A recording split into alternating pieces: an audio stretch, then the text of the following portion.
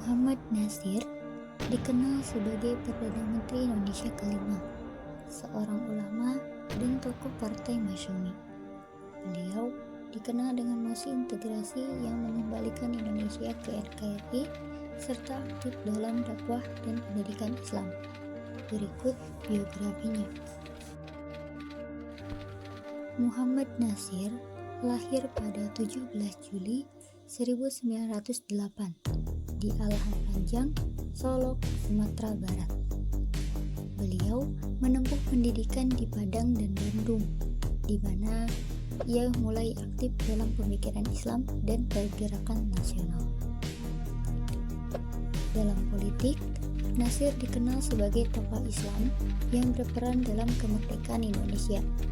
Ia menjabat sebagai Menteri Penerangan dan Perdana Menteri Indonesia tahun 1950 dengan mosi integral yang menyatukan kembali NKRI.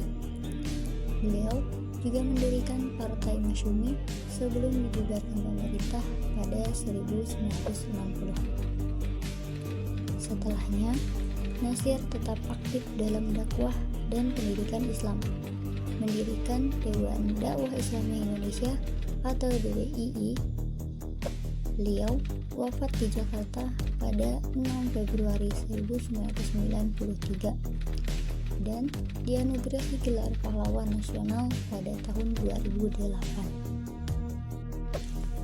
Gagasan utama Muhammad Natsir adalah memperjuangkan negara yang berlandaskan nilai-nilai Islam dalam sistem demokrasi tanpa harus menjadi negara Islam secara formal. Beliau menekankan bahwa Islam dan negara tidak bisa dikesampingkan, tetapi kebebasan beragama tetap terjamin.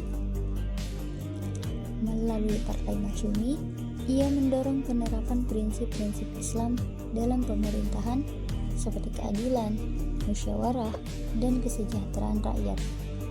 Gagasannya juga tercermin dalam mosi integral 1950 yang menyatukan kembali Indonesia sebagai negara kesatuan. Lalu, apakah teori Muhammad Natsir relevan dengan kondisi Islam Indonesia saat ini? Gagasan Muhammad Natsir tentang Islam sebagai landasan moral dalam demokrasi masih relevan dalam kehidupan politik Indonesia. Di tengah sistem demokrasi modern, nilai-nilai Islam seperti keadilan, musyawarah, dan kesejahteraan rakyat tetap menjadi pedoman dalam kebijakan dan partai politik Islam. Namun, tantangan sekularisasi dan polarisasi politik di kalangan umat Islam semakin meningkat.